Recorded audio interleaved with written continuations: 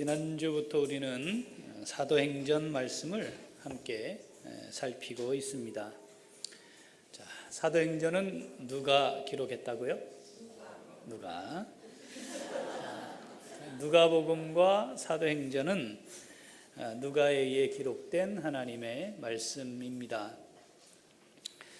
당시에 이 누가복음과 사도행전의 수신자, 다시 말하면 누가가 읽히기를 원해서 전달했던 사람, 그 사람이 데오빌로입니다. 그런데 성경에 누가와 데오빌로가 어떤 관계였는지, 무슨 사건이 있었는지, 도대체 왜 이 어려운 일을 그를 위해 했는지 등등 확인할 수 있는 근거가 나타나 있지 않습니다. 다만 누가가 데오빌로를 향해 이 어렵고 힘든 일을 했고 그것이 지금 우리에게 성경으로 남아 있다. 이게 이제 우리가 확인할 수 있는 객관적인 사실입니다. 누가는 예수님 공동체 일원이 아니었습니다. 그렇죠? 그러니까 사실은 누가복음을 기록할 때부터 이 기록하는 게 참 어려웠을 겁니다. 지금처럼 핸드폰이 있으면 기록하다가 헷갈리면 전화라도 해볼 텐데 이게 그럴 수가 없잖아요. 그렇죠? 네. 그러니까 미루어 살펴 기록을 했다는 것을 보면 짧지 않은 긴 시간 동안 여러 사람들의 이야기를 듣고 확인하고 종합하고 하는 과정을 거쳐야 했을 겁니다. 거기다가 이렇게 글로 남겨서 사람에게 읽히도록 하는 도구가 지금처럼 이렇게 쉽게 접근하기 어려운 아주 열악한 상황 속에서 기록을 했다는 거죠. 무엇이 이걸 가능하게 했을까요? 무엇이? 그걸 한 단어로 표현하라고 하면 열정. 이 일은 순간적으로 하루 마음 먹었다고 갑자기 불을 받았다고 한두 달 만에 될 수 있는 일이 아닌 겁니다. 어쩌면 우리가 예측할 수 없는 상당한 시간이 들었어야 하고 또 확인하고 또 살피고 또 확인하고 또 살피는 과정이 수없이 많이 반복되어서 이루어진 일일 것입니다. 그럼 이 열정은 도대체 어디서 나온 걸까요? 무엇이 이 오랜 시간 동안 정말 힘들고 어려운 이 고된 일을 하도록 만든 열정의 근원이었을까요? 자, 원동력은 열정인데 그 원동력의 근원은 뭐였을까요? 자, 누가복음으로 한번 보겠습니다. 1장 3절 4절 읽어보죠. 그 모든 일을 근원부터 자세히 미루어 살핀 나도 데오빌로 각하에게 차례대로 써보내는 것이 좋은 줄 알았노니 이는 각하가 알고 있는 바를 더 확실하게 하려 함이로라. 여기에 이 열정, 원동력인 열정의 근거가 뭔지가 나옵니다. 뭐였어요? 어떤 관계인지는 알 수 없지만, 어떤 상태인지 알 수는 없지만 데오빌로가 예수님을 알게 되었다는 거죠. 그리고 구원의 은혜를 누렸다는 거죠. 그런데 보다 믿음의 뿌리가 깊이 내려지고 예수님에 대한 확신이 더 강해져서 지금 이 데오빌로는 어떤 사람인지 정확히 알 수는 없지만 우리가 미루어 추측할 수 있는 건 상당한 고위직 인사라는 거죠. 어떻게 그걸 알 수 있어요? 각하라고 하는 표현은 적어도 총독 이상의, 지금 우리로 따지면 장관 이상의 수준에 있는 위치에게 붙이는 말이었단 말이죠. 그러니까 지금 데오빌로가 누가와 같이 있거나 어떻게 알게는 되었겠지만 믿음의 환경 속에서 체계적으로 양육될 수 있는, 성장할 수 있는 환경이 아니었다는 것. 그리고 로마는 지금 기독교에 대해 어떤 상황이에요? 적대적 관계로 박해를 하고 있는 상황이니까 그 가운데서 데오빌로가 믿음을 제대로 믿음을 가지고 뿌리를 견고히 내려서 믿음의 분량이 커지는 상황에 이르는 것이 참 쉽지 않다라고 하는 그 근심이었죠. 그래서 데오빌로를 향해 정말 믿음이 잘 자라고 견고한 믿음을 가지고 하나님의 뜻을 이루어드리는 사람이 되면 좋겠다라고 하는 한 영혼을 향한 깊은 사랑, 이것이 열정의 근원이었고 이 열정이 원동력이 되어 이 엄청난 일을 이루어내고 하나님의 위대한 역사에 쓰임받게 된 것입니다. 누가 누가에게 말했나요? 이걸 좀 쓰세요. 그렇지 않았습니다. 자, 성경을 기록하거라. 성경으로 내가 남겨줄 테니까 써라. 그게 아니었습니다. 이때는 뭐예요?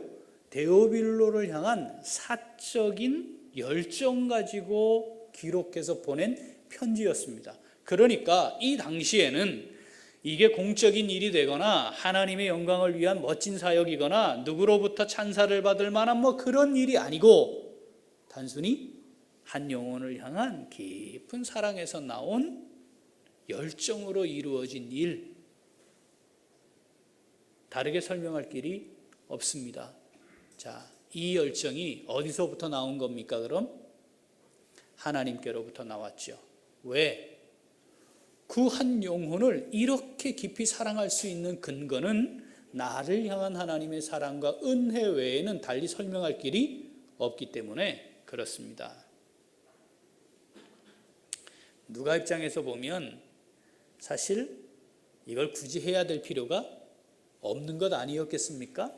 누가 입장에서 보면 여러 학자들의 의견을 그대로 따라보면 노예 신분에서 의사가 돼서 자유인이 되었다면 이제는 자기의 삶을 살고 싶은 욕구가 얼마나 강렬했겠습니까?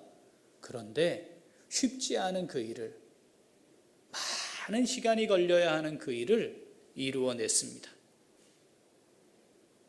근원이 뭐였다고요? 한 영혼을 향한 사랑, 그리고 그로 말미암는 열정이었습니다. 그래서 우리가 지금 누가복음이라는 성경도 읽고 사도행전이라고 하는 성경도 읽게 된 것입니다. 하나님은 우리에게 누가복음과 이 사도행전의 초반부를 읽게 하시면서 누가가 가졌던 이 열정을 한번 우리에게 그대로 적용해 보기를 원하시는 것 같습니다. 그래서 오늘은 이 누가가 하나님의 위대한 일을 그 열정으로 이루어내고 하나님께 선한 도구로 멋지게 쓰임받은 이것을 오늘 우리에게는 하나님이 어떤 말씀으로 주시는가, 내게는 어떻게 말씀하시는가 함께 듣고자 합니다. 자, 누가의 열정을 통해 하나님께서 오늘 우리에게 주시는 말씀은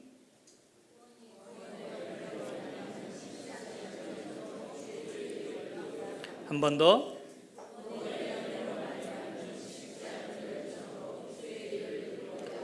우리에게 하나님이 너에게도 구원의 은혜가 있지 않느냐? 그리고 그 구원의 은혜로 말미암아 지니게 되었던 열정이 있지 않느냐? 그 열정이 식어서는 안 되고 그 열정을 가지고 내가 너를 통해 하고 싶어하는 일을 이렇게 멋지게 이루어 갔으면 좋겠다라고 말씀하시는 겁니다. 자, 누가가 가지게 된 열정, 그 근거는 한 영혼을 향한 이 구원의 자리에서 믿음의 분량이 커지고 하나님의 은혜 가운데 더 깊이 거하기를 기대하는, 그런데 환경이나 상황은 그렇지 않은 것 때문에 근심함에서 시작된 간절함이죠. 만약에 옆에 있는 사람이었다면 이렇게 하지 않았을 겁니다. 그런데 보니 이 사람이 살아가야 할 삶의 환경은 참 믿음으로 살아가기에 어려운 상황이었으므로 어쩌면 그 근심으로 말미암는 간절함이 훨씬 더 강력했기에 그를 향해 이 글을 쓸 수 있게 된 것이죠. 자, 열정이라고 하는 영어 단어가 있어요. enthusiasm이라고 하는 단어인데 이게 헬라어에서 왔어요. 자, 헬라어의 en 뭐뭐 안에, 그다음 theos 하나님, 이 두 단어가 합쳐진 거예요. 하나님 안에서 en theos 지에즘 이게 붙은 거예요. 이 말의 어근으로 돌아가 보면 그 열정이라는 게 시작이 뭐냐? 하나님 안에 거할 때 생기는 에너지다, 이런 뜻이에요. 어떤 일을 향해 열중하는 것, 이게 열정인데, 하나님 안에 있는 사람들은, 하나님의 은혜 가운데 거하는 사람들은 한 가지에 열중하게 되어 있습니다. 뭐죠? 받은 은혜에 감사해서 하나님을 위해 내가 어떻게 살아야 할까? 내게 주어진 이 놀라운 구원의 은혜를 따라 하나님의 영광을 위해 내가 어떻게 살아야 할까? 이 한 가지를 동일하게 생각하게 됩니다. 그러니까 거기에 열중하다 보면 자연스럽게 열정적일 수밖에 없는 거죠. 하나님께서 주시는 삶의 에너지인 열정. 여러분 이거 지금도 지니고 계시죠? 아이고 목사님, 제가 30년 전에는 그랬걸랑이요? 제가 처음 예수님 영접했을 때는 그랬는데요. 그렇죠. 아무래도 시간이 흐르고 나이를 먹으면 열정적이기가 쉽지 않지요. 그런데 이건 엔theos, 하나님 안에 있는 사람들에게는 이 말이 맞지 않습니다. 폴 마이어라고 하는 사람이 도대체 나는 이렇게 사업에 자꾸 실패하는데 저 사람들은 어떻게 성공했을까? 왜 저렇게 성공적인 인생을 살게 됐을까? 연구를 해봤는데 세 가지 공통점을 발견했대요. 첫 번째가 열정이 있더래요. 식지 않는 열정. 두 번째는 뚜렷한 목표가 있더랍니다. 세 번째는 사람들에게 친절하더래요. 이건 하나님과 상관없는 이 세상을 살아가는 사람들의 삶의 모습들을 이렇게 살펴보고 확인하게 된 내용입니다. 실제로 우리가 역사를 한번 되짚어 보면 명작을 남긴 사람들은 재능이 뛰어났던 사람들이 아니고 열정이 있었던 사람들이었습니다. 청각장애인 음악가 누구죠? 베토벤. 위대한 음악가 아닙니까? 그 사람이 곡을 하나 쓰면 최소한 12번 이상을 고쳐 썼답니다. 그냥 천재라서 갑자기 확 떠올라서 드르륵 하면 뭐가 되는 게 아니었어요. 하이든 들어보셨나요? 그 사람의 나이가 66세 때 천지창조라는 곡을 씁니다. 몇 살이에요? 66세 때. 그런데 그 곡이 완성되기까지 800번이 넘게 수정을 하게 됐대요. 예수님 마지막 식사 그림 기억하시나요? 누가 그렸죠? 이게 다빈치 코드라는 이상한 책이 나와가지고 하여튼 많은 사람들이 그 책을 읽고 약간 헷갈리긴 했는데 말도 안 되는 책이죠. 소설인데 이게 몇 년 동안 그려졌다고요? 8년. 그런데 몇 번을 그려서 만들어졌다고요? 2000번 이상을 수정을 거쳐서 저 그림이 만들어집니다. 우리 요 옆에 롯데마트 뒤쪽에 주유소와 함께 뭐가 있죠? 맥도날드가 있습니다. 저 맥도날드가 330조 원 가치가 있는 회사래요. 그런데 저 맥도날드가 어떻게 생긴지 아세요? 52세의 크락이라는 사람이 종이컵을 팔아서 모은 자본을 가지고 소자본으로 맥도날드라고 하는 빵 가게를 시작한 거였대요. 이 사람이 우리 가게에 오는 사람에게 가장 맛있는 빵을 어떻게 하면 공급할 수 있을까? 제공할 수 있을까? 어떻게 하면 고기를 가장 맛있는 상태에서 고기를 구워서 제공할 수 있을까? 수 없는 노력과 수고를 했대요. 그리고 한 가지 분명한 원칙이 생겼는데 그건 뭐냐면 그날 일이 끝나면 그때부터 썼던 모든 조리기구들을 완벽하게 분해를 하고 다 세척을 한 다음 다시 조립을 했대요. 고객들에게 가장 좋은 음식을 제공하기 위해. 최근까지는 모르겠지만 몇 년 전까지만 해도 전 세계 맥도날드는 그 원칙대로 움직여졌답니다. 이 크록이 경영 철학을 두 가지 단어로 이야기를 했어요. 열정과 경험. 그래서 맥도날드는 전 세계 본부 회사에 시급을 받는 가장 낮은 직급부터 시작한 일반 직원 출신을 중역의 50% 이상을 뽑는 데입니다. 지금도. 거기서부터 열정적으로 일하지 않은 사람은 중역으로 세울 수 없다. 이런 원칙을 가지고 있대요. 이 크락의 부인이 조안 크락인데 인류 역사상 개인적으로 가장 큰 금액을 일시에 헌금한 사람입니다. 1120억.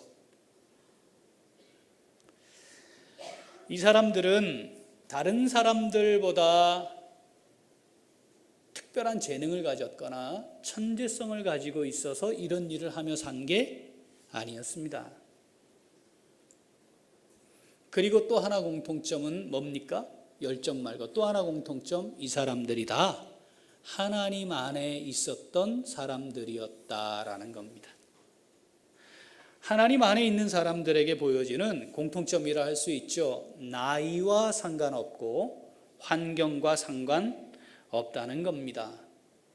하나님께로부터 주어지는 열정으로 살고 하나님께서 사용하시는 열정으로 살고 하나님에 의한 지속되는 열정 가운데 사는 것이 하나님의 사람들의 삶의 모습임이 지극히 당연하다는 것을 보여주는 겁니다. 하나님이 모세를 몇 세에 부르셨나요? 80세에 부르셨습니다. 아이고, 이 나이에 하나님이 모세를 처음 부르실 때 모세가 그렇게 답했다니까요. 아이고, 하나님, 보낼 만한 사람을 보내시옵소서. 지금 뭐 하시는 겁니까? 모세도 그렇게 이야기했어요. 그러나 하나님의 부르심을 받고 하나님의 붙잡힘 안에 있을 때에 그는 위대한 하나님의 구원 역사에 쓰임받았습니다. 이게 공통점이에요. 하나님께로부터 주어지는 열정은 그 어떤 것에 제한받지 않습니다. 그 어떤 것도 현실적인 조건이 되지 않습니다. 그런데 하나님은 재능이 있는 사람, 좋은 조건을 갖춘 사람을 통해 일하시는 게 아니고 그 하나님 손에 있는 열정 가운데 있는 사람을 하나님이 사용하시고 그를 통해 멋지고 위대한 일을 이루신다는 겁니다. 열심히 인생을 사는 사람들이 있습니다. 그런데 이 하나님 안에 있는 열정으로 말미암은 것과 다른 열심이 있어요. 어떤 게 있느냐면 지금 내가 이 일을 하면 내게 뭐가 주어질까를 계산해 보는 거죠. 그렇게 열심히 일하는 사람들이 있습니다. 이 사람들은 내가 기대한 것이 주어지지 않으면 열심을 중단합니다. 그리고 계산하기 시작합니다. 그런데 하나님께로부터 주어지는 정말 참된 열정을 가진 하나님 안에 있는 사람들은 일에 열심을 내는 게 아니라 주님께 열심을 내는 겁니다. 주님을 향하여 열정적이기 때문에 주님이 이 일을 하라 하시면 아멘 하고 그 일을 하고, 저 일을 하라 하시면 아멘 하고 저 일을 하는 거지요. 주님을 향해 집중하고 있기 때문에, 주님을 향해 열정적이기 때문에 어떤 상황 가운데 놓이더라도 주를 위해 하니 주의 일을 이루어내는 겁니다. 열정이 있으시지요? 다시 열정 이야기하면 또 과거로 돌아가야 합니까? 아이고, 지금 제가 이 나이에 무슨 목사님 열정을 말씀하십니까? 그렇지 않다는 것을 하나님은 이 성경을 읽게 하시면서 우리에게 다시 확인시키고 싶어 하시는 겁니다. 아버지가 지적장애인이에요. 의사표현을 분명히 하는 게 불가능해요. 어머니는 지체장애인이에요. 하반신에 장애가 있어요. 4명의 자녀가 태어났어요. 고등학교를 다 졸업할 수 없었어요. 여기에 아들 하나는 초등학교 6학년 때 술, 담배, 도박을 시작했어요. 자살 시도도 여러 차례 합니다. 여러분, 현실적으로 이 친구가 다른 사람들만큼의 삶을 사는 것 스스로도 불가능하다고 여겼고, 차라리 죽는 게 훨씬 더 낫겠다는 생각을 이미 어린 나이부터 합니다. 그러다가 이름대기 부끄러운 대학을 진학해요. 소위 지방에 있는 어느 대학을. 그리고 군대를 갔습니다. 군대를 가서 또 자살 시도를 합니다. 자기의 삶에 아무것도 보이질 않는 거죠. 그 와중에 큰아버지, 큰어머니가 사고로 돌아가셔서 그 밑에 5명의 아이도 자기 집에 와서 생존해야 하는 상황이 됐어요. 그런데 어머니가 지체장애를 가졌는데 얼마나 어려운 인생이었겠습니까? 폐병이 걸려서 죽게 돼요. 그러니까 죽게 되는 처지에 놓였어요. 너무 간절하게 절에 가서 기도를 했답니다. 초를 좀 고쳐주세요. 낫지 않더래요. 그런데 누가 교회 가서 한번 기도해봐라 했는데, 그 동네에 조그마한 교회를 가서 기도를 했는데 나은 거예요. 그래서 이 어머니가 그때부터 하나님이 살아계시구나 하고는 자식들을 위해, 가족을 위해 기도를 시작했는데, 잡초가 무성한 먼 산에는 올라갈 수 없으니까 잡초가 무성한 한 곳을 정해가지고 무릎을 꿇고 거기서 소위 산기도를 시작한 거예요. 다 풀이 무성한데 그 기도한 그 자리는 맨질맨질한 땅이에요. 얼마나 거기에 무릎을 오래 꿇고 있었겠습니까? 자살을 시도했던 이 아들이 상병 휴가를 맞춰 집에 왔는데, 그 어머니가 자기 손을 붙들고 가서 그 기도 자리를 보여주면서, 아들아, 내가 너를 위해 기도하고 있다. 너도 하나님을 믿고 하나님께 기도하면 좋겠다. 그래서 이 아들이 군에 들어와서, 그래, 까짓거 기왕 이렇게 살다 죽거나 저렇게 살다 죽거나 내 인생은 이런데 그래, 한번 기도해봐야지 해서 이렇게 기도했대요. 하시, 진짜 살아있으면 한번 나타나라고 나한테. 하나님이니까 하시잖아요. 또 예시, 한번 나타나라고. 진짜 살아있으면. 성시, 알기는 제대로 알았어. 하나님, 예수님, 성령님이니까 나타나라. 그렇게 하고 기도를 시작하고 교회를 나간 거예요.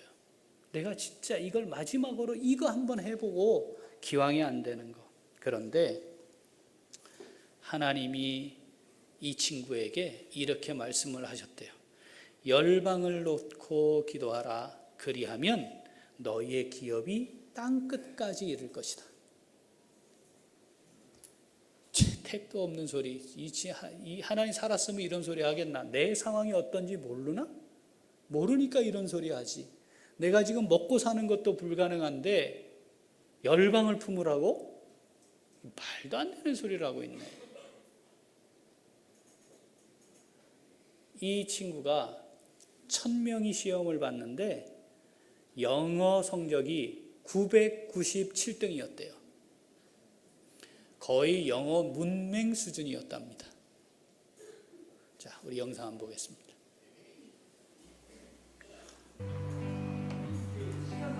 대전에 있는 영어학원, 여느 학원의 모습과 비슷하지만 이곳은 아주 특별한 사명을 가지고 시작됐다. 선교하는 학원, 전도하는 학원. 이러한 뚜렷한 목표를 가지고 다음 세대를 준비하고 있는 사람, 바로 마이클 조 선교사다. 내가 하고 싶은 일들을 나중에 하는 게 굉장히 중요해요. 억대 연봉을 받는 스타 강사에서 그는 지금 학생들에게 영어와 함께 말씀을 심는 학원장, 국제학교의 교장, 그리고 한 교회 전도사로 일하고 있다. 그의 이름 뒤에 붙은 많은 직분. 하지만 그는 오직 한 가지를 위해 뛰고 있다. 훈련이란 건 여러분 즐거워요. 젊은이들의 가슴에 그리스도의 복음을 심는 것. 그가 가는 곳곳마다 주의 사랑이 번지고 있다. 하고 나면 잠이 안 와. 특별히 24시간 365일 함께 생활하며 영어와 신앙 교육을 받는 영어 신앙 공동체에서는 젊은이들의 많은 변화가 일어나고 있다. 마이클 선생님의 가정 환경도 좀 저랑 비슷해서 제가 그거에 이렇게 마이클 선생님 여러 가지 하시는 거에 용기를 얻어서 제가 여기서 산다고 해서 여기에 앞으로 내 비전이 있어 이렇게 내 비전 앞으로 이뤄가는데 여기서 할 수 있겠구나 이런 확신이 들어서요. 여기서 만난 하나님과 마이클 선생님을 통해서 만난 하나님을 통해서 이렇게 여기 있게 됐습니다. 자신이 가진 달란트를 가지고 열방을 향해 희망을 전하는 그이지만 과거 그의 삶은 절망 그 자체였다. 정신지체 아버지와 지체장의 어머니 밑에서 자라며 그는 경제적 어려움은 물론 세상의 조롱과 비웃음을 겪어야 했다. 심한 열등감과 낮은 자존감 속에서 그는 점점 더 작아져 갔다. 남들보다 좋은 환경을 가지지 못했다는 것 때문에 제 자신이 싫었고 또 제 부모님도 사실은 굉장히 싫었습니다. 그리고 제 환경도 너무 싫었고 제 순간에 모든 일어나는 순간들이 다 싫어서 어떤 때는 자살하고 싶었기도 했고 꿈꾸는 것조차 힘들었던 상황. 하나님이 그를 찾아와 주셨고 그에게 희망을 보여주셨다.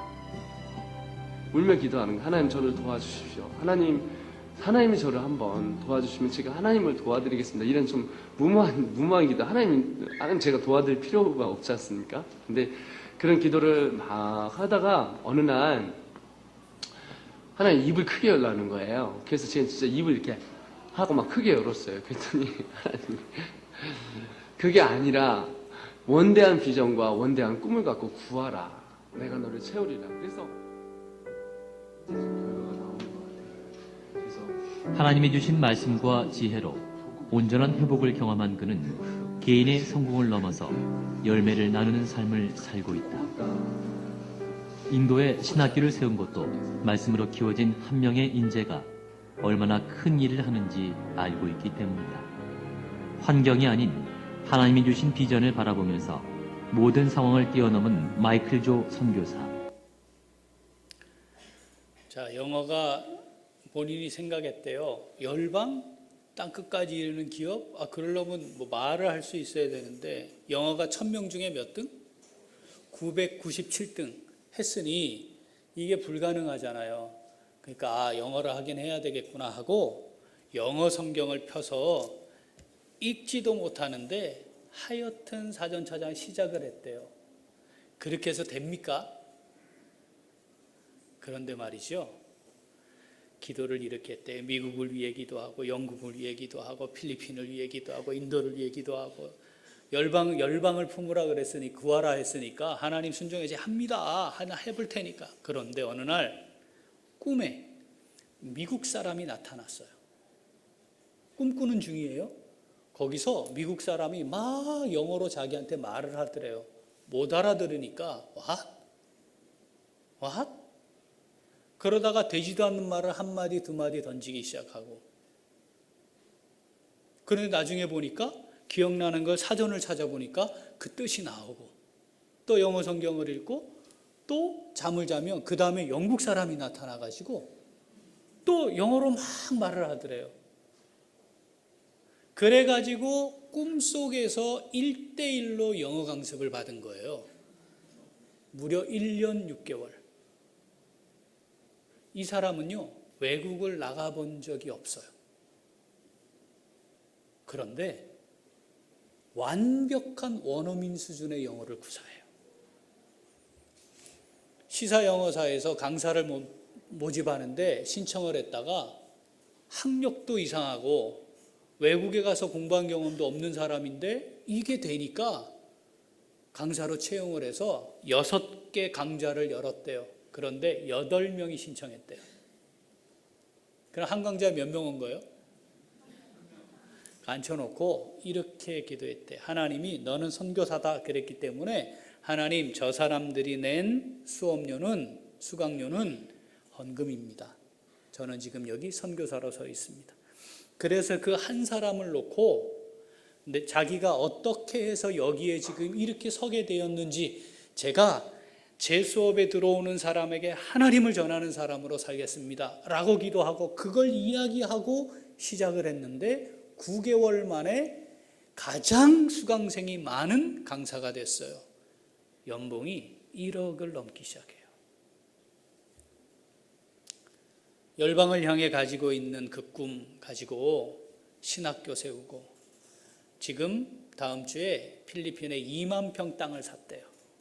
거기에 또 신학교를 세우고 이미 국제학교를 세웠고,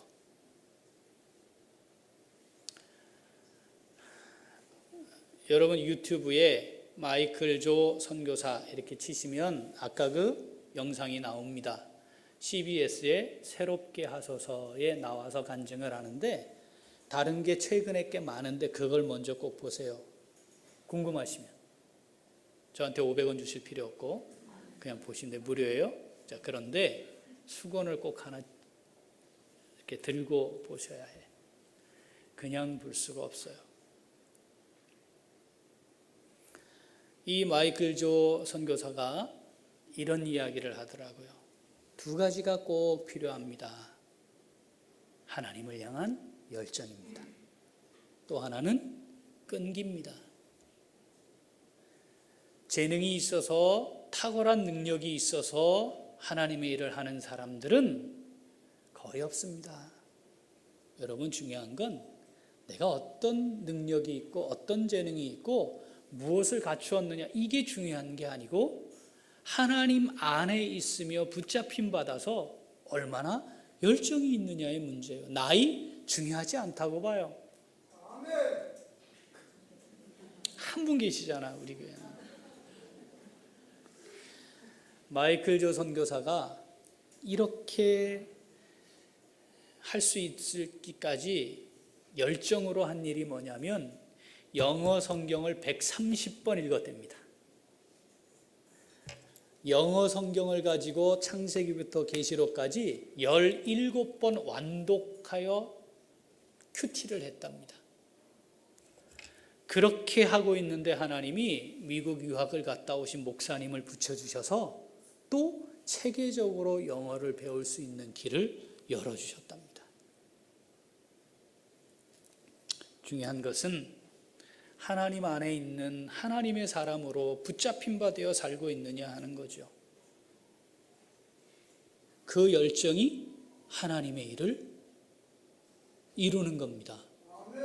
주님을 향한 열정이 주의 일을 하게 하는 겁니다. 1000명 중에 998등 하신 분은 좀 어려울 것 같아. 1000명 중에 997등까지는 되잖아요. 누가 하신다고요? 하나님이 하시는 거니까. 제게 목사님들 주변에 있는 분들이 하여튼 남 목사는 머리가 좋고 빠르고 따라갈 수가 없어, 이런 이야기를 해요. 굉장히 앞서가고, 그리고 설교도 어떻게 그렇게 순식간에 다 그 설교를 준비해서 하냐, 이렇게 이야기를 해요. 근데 제가 다 얘기할 수는 없죠.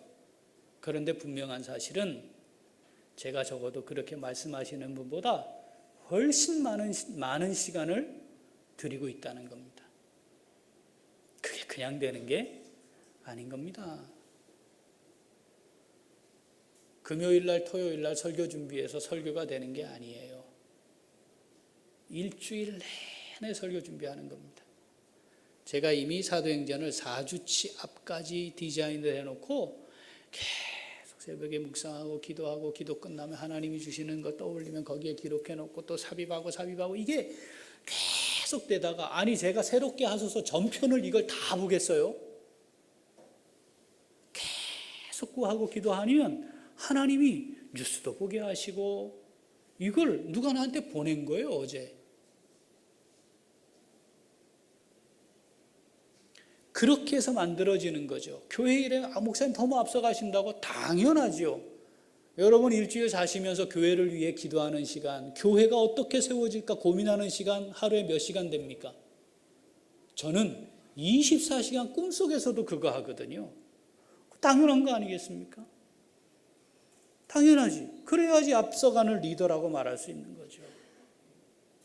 지난주 강기만 교수님 뭐라 그랬죠? 대가는 95%의 노력으로 만들어지는 거지 그냥 되는 게 아니에요. 마이클 조 선교사가 이런 놀라운 경험을 했지만 그 다음은 뭐였어요? 영어 성경을 130번 읽었다는 겁니다. 영어 성경으로 큐티를 17번 전권을 했다는 겁니다. 하나님을 향한 열정이 하나님의 일을 하게 만드는 거죠. 자, 여기에는 어떤 것도 제한이 되질 않아요. 하나님이 주시는 이 진정 하나님께서 주시는 참된 열정은 어떤 것으로도 제한받지 않는다는 것을 이 사도행전 안에 사도 바울이 고백했어요. 사도행전 20장 24절 읽어보죠. 내가 달려갈 길과 주 예수께 받은 사명 곧 하나님의 은혜의 복음을 증언하는 일을 마치려 하면은 나의 생명조차 조금도 귀한 것으로 여기지 아니하노라. 아멘. 주 예수께 받은 사명, 하나님께 붙잡힌 바 된 그것, 여러분 그것이 내 인생의 이유가 되면 열정적이지 않을 수가 없는 겁니다. 이 세상에 있는 것들 얻고자 하는 마음으로 뭘 하면 그게 얻어지면 그 마음이 없어지거나 그게 얻어지지 않아도 그 마음이 없어지는 겁니다. 그런데 거기에 우리의 마음이 있는 게 아니잖아요. 주님께 있는 거잖아요. 주님 앞에 서는 마지막 날까지 몸은 쇠해도 열정은 식지 않을 수 있는 게 하나님의 사람들입니다. 내게 하나님을 향한 주님을 위한 어떤 비전을 받았습니까? 내게 있는 꿈은 무엇입니까? 하나님이 나를 사용하기를 원하시는 그 일에 내가 어떻게 주님 손에 붙들림 바 된 사람으로 살기를 원하십니까? 하나님이 여기 세워서 제가 여기 있는 거예요. 목사님 목 아프신데 이번 주에 설교 쉬세요. 저한테 많은 분들이 얘기했어요. 그분이 저를 세운 거면 제가 그분 말 들어요. 그런데 여기에 세우신 분이 주님이에요. 하나님이 어디에 세우든지 주님이 세우신 자리에 있다가 마지막 순간까지 목숨도 아까워하지 않고 살다가 가는 사람인데 치사하게 돈에 매이고 치사하게 명예에 매이고 이 세상에 주는 뭐에 따라서 하나님을 향한 열정이 왔다 갔다 하는 그런 삶을 살지는 말아야 하는 거죠.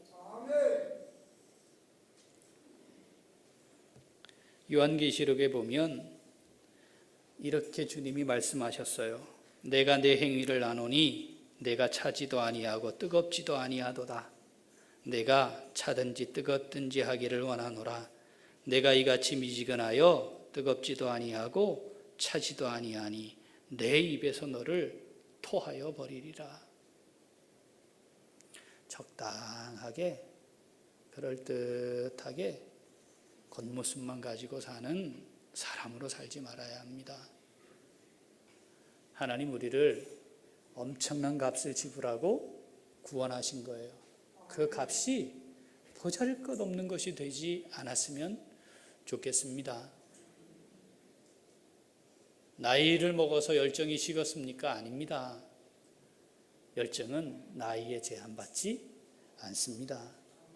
제가 가진 것이 없어서 열정은 있으나 안 돼요. 그렇지 않습니다. 저는 능력이 없어요. 그렇지 않습니다. 나를 붙들고 계시는 주님을 위해, 그 주님을 위해, 주님이 나를 통해 하고 싶어 하시는 그 일을 위해 하나님, 제가 제 삶을 하나님께 드리기를 원합니다. 이 분명한 삶의 이유를 붙들고 가면 하나님이 하나님의 능력으로 하나님의 일을 이루어 가실 줄 믿습니다. 하나님 앞에 열정이 식지 않는 멋진 선한 도구로 쓰임받는 우리, 그리고 우리 교회가 될 수 있기를 소원합니다. 기도하겠습니다. 하나님 아버지,